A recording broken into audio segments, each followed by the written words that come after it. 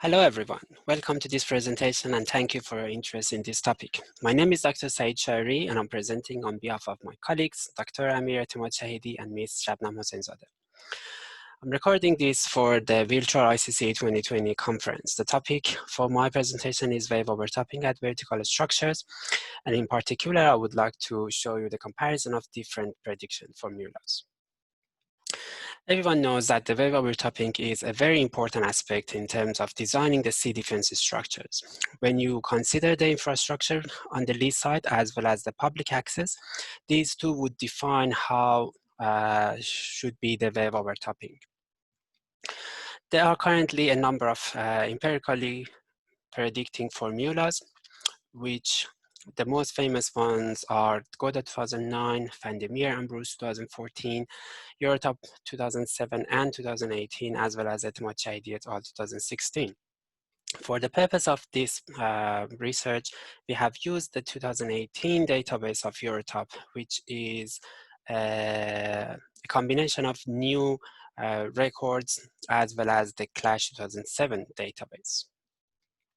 To be able to choose the relevant records for the case of vertical structures, we have to put a number of filters on the original database. As you can see on the screen, they are the overtopping discharge Q should be more than 10 to the power of -6 meters cubed per second per meter. The wave attack angle should be almost normal, 0 to 5 degrees. The surface of the structure should be smooth, that means gamma fu equal to 1, and the surface should also be perpendicular to the seabed, which is cotangent alpha u equal to 0. We particularly considered the small wave height at the toe, less than 0.5 meters, and to be sure that we have all the quality records, we considered both RF and CF should not be equal to 4. That results in 781 records, and as you can see, the statistics on this table show the range of the different values as well as the averages. These would guide us whether we have wide enough records or if there is any outlier that shouldn't be considered. As I mentioned, we have used Godot 2009 equation, which is only one equation, as you can see on the screen. Then Van der Meer and Bruce 2014, which is actually 6 sub-equations based off the decision tree, as you can see, which comes from different parameters and values. I will use these equation numbers in my other graphs later. Then Shaeri 2016, which had 2 equation sets, one with just one formula and the other one with 6 sub-equations. To know which of the sub-equations should be used, there is also another decision tree, and as you can see, the numbers are shown here as well.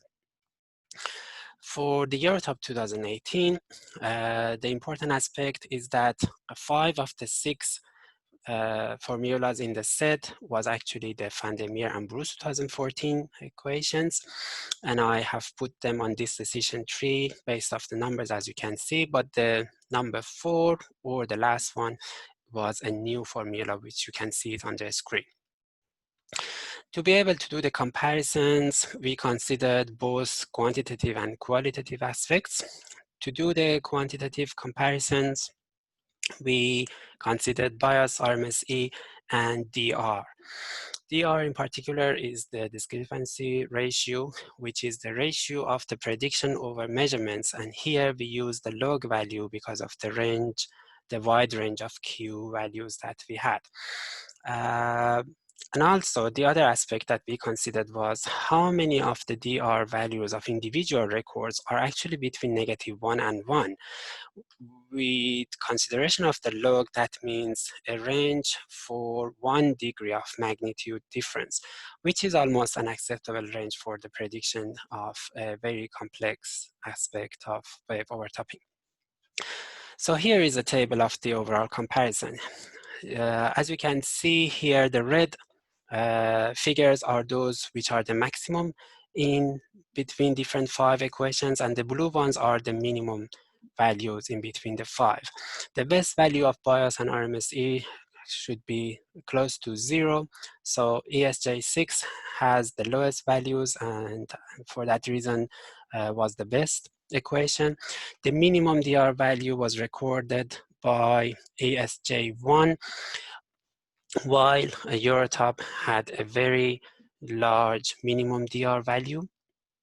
The same story for maximum DR. The minimum was recorded by ESJ6, and almost many of the equations are the same in terms of the maximum. So everyone has some records who are really over predicted.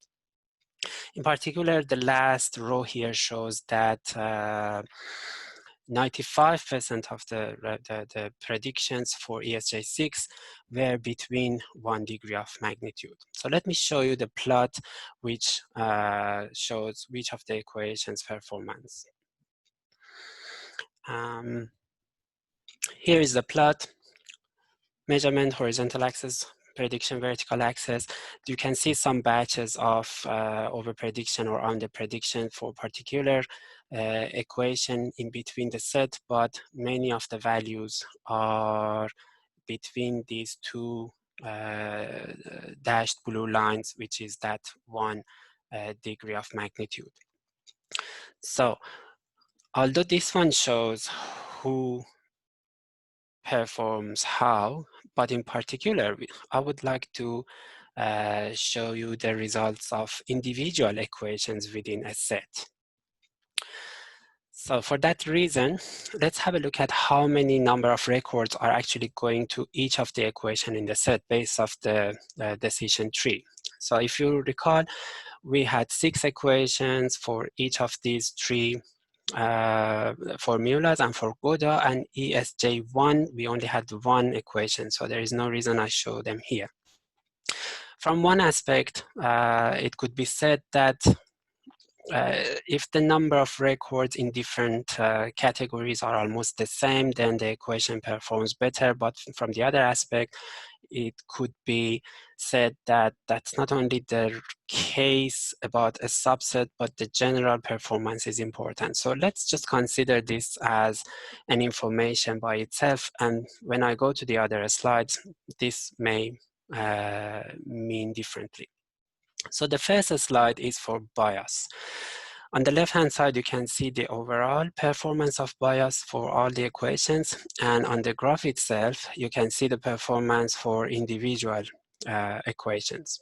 So here, for instance, the last equation for EurOtop was not performing as the other equations. And that was the reason this has changed the overall or the average value of the ET and made it negative. And that is really interesting because there is not too many records in that sub-equation, but the performance was not as expected. From the other hand, equation number 4 in ET set was, had the largest number of records and was performing reasonably well.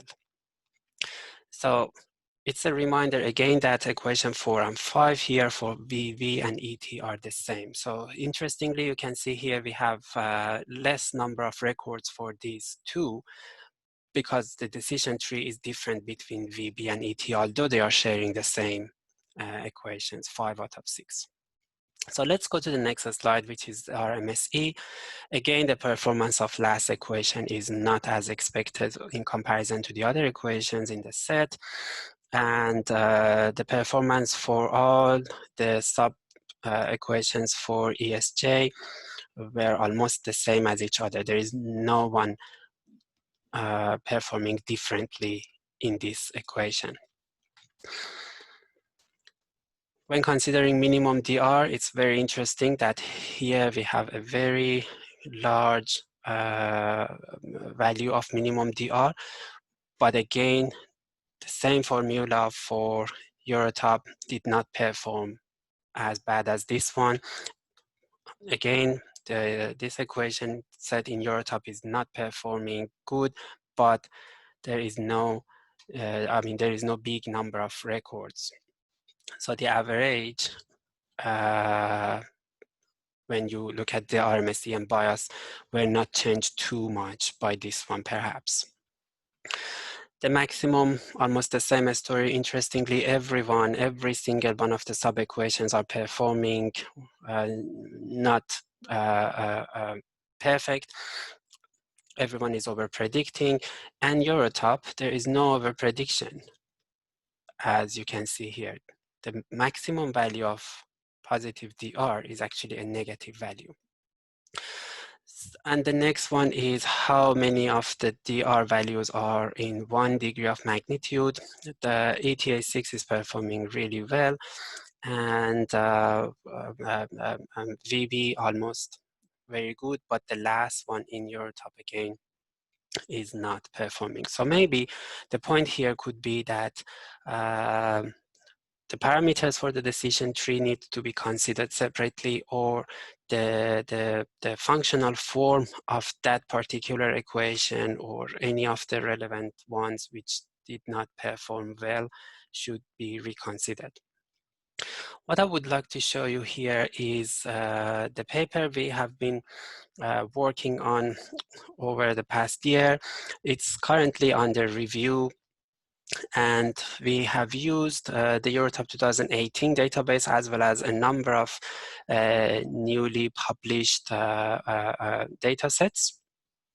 We considered all aspects of vertical and also nearly vertical structures, but again, smooth and impermeable ones. In this paper, after publication, you will see that there are equations for both deterministic and probabilistic design purposes. And we have done calibration for both the small scales, large scales, and field data. So this is a sneak peek of the results. Hopefully you will see the paper very soon. And as you can see, the performance for this new equation set is absolutely different than the previous ones. And all the blue values are here with 96% within 1 degree of magnitude difference. And this is the plot for individual records. As you can see, we don't have those massive over prediction or under predictions here.